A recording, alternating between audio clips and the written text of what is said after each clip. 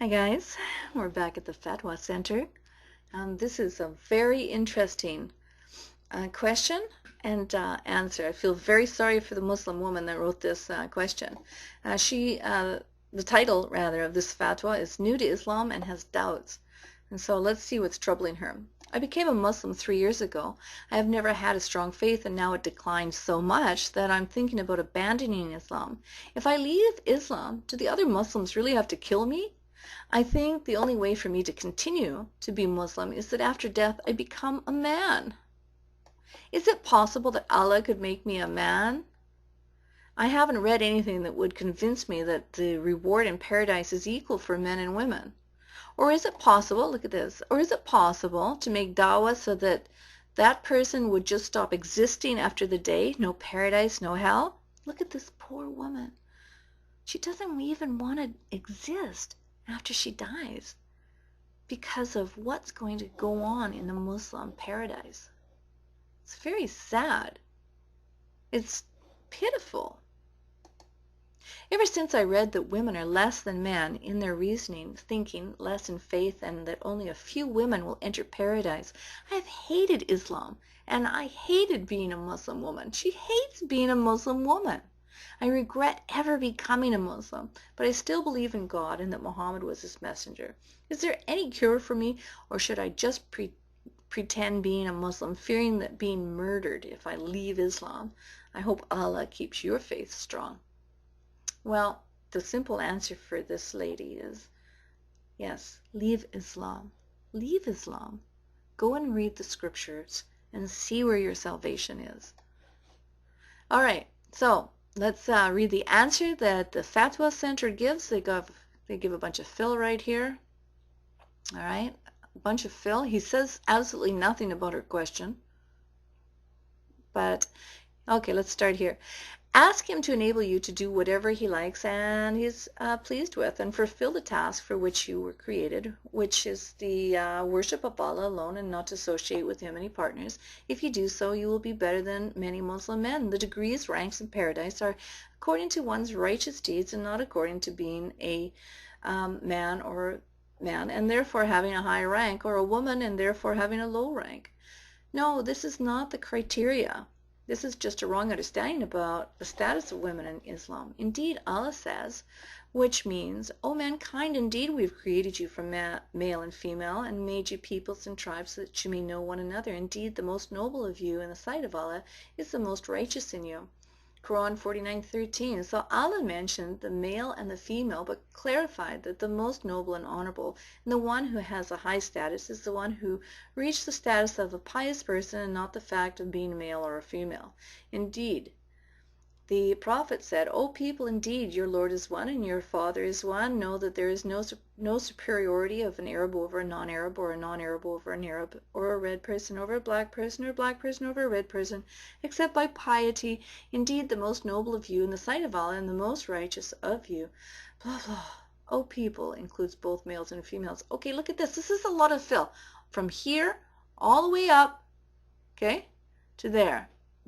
This FAtwA Center has given this woman a bunch of BS. It's not applicable to heaven at all. It's basically, most all, speaking about this world, the things that go on in this world between the Muslims. So it's all fill. All right, now let's get to something a little bit more meaty. He says here, as regards to the prophetic narration in which the prophet said, women are weak in mind and religion, and most people in hell are women. Do you see that? Women are weak in mind and religion, and most people in hell are women. He explained this by saying, the weakness of mind is the testimony of two women is equal to that of one man. This is the weakness of mind. And a woman spends several nights and days without praying, and she breaks the fasting in Ramadan while she is in menstruation or after childbirth, while men are fasting. This is the weakness of religion. Now, isn't this kind of strange, guys? All right? Their Allah here makes the women weak on purpose, okay? Because he makes her suffer menstruation and childbirth. And he gives, this is the reason of why she has a weakness in religion. So why then would Allah put them in hell for something that he caused? You know, this is a very, very funny, bunch of statements that Muhammad said. And if you start reading them, you'll see that they simply came from somebody with a 7th century thinking and mentality. And after all, Muhammad did live in the desert. He didn't have much happening for himself out there. And women, they used to trade women around like cows and horses. Right? They used to possess and own women. They used to enslave sexual slaves. And they used to divorce women, as a matter of a couple, words out of their mouth. So if you're going to put women into the same status as a donkey and a dog like Muhammad did, what more can you expect from the God of Muhammad? Not only is the God of Muhammad a hypocrite by forcing and making women to be some certain way in their bodies, and then tell that it's a weakness and that's why they're in hell, is crazy. Okay, let's read on. She's not blamed for this weakness as she cannot do anything about it. What do you mean she's not blamed for this weakness? She's in hell for this weakness. She's not blamed. Yeah, I think this is blame, buddy. This is the FAtwA Center. This is Islam's scholars speaking to the Muslims and teaching them. Shame on you. Let's go on and read. Allah indicated the weakness of a woman's testimony, as he says, which means so that if one of them, i.e. the woman, errs, then the other can remind her. Quran 2:282. She might forget when giving her testimony, so the second woman would remind her. It is for this reason that it is not permissible for a judge to separate between them when giving testimony. Well, this is very insulting, and the matter of fact is that a lot of women are just as smart as men. It's like 50-50. 50-50. 50% of men are smarter than 50% of women, and 50% of women are smarter than 50% of men. Okay, let's go on.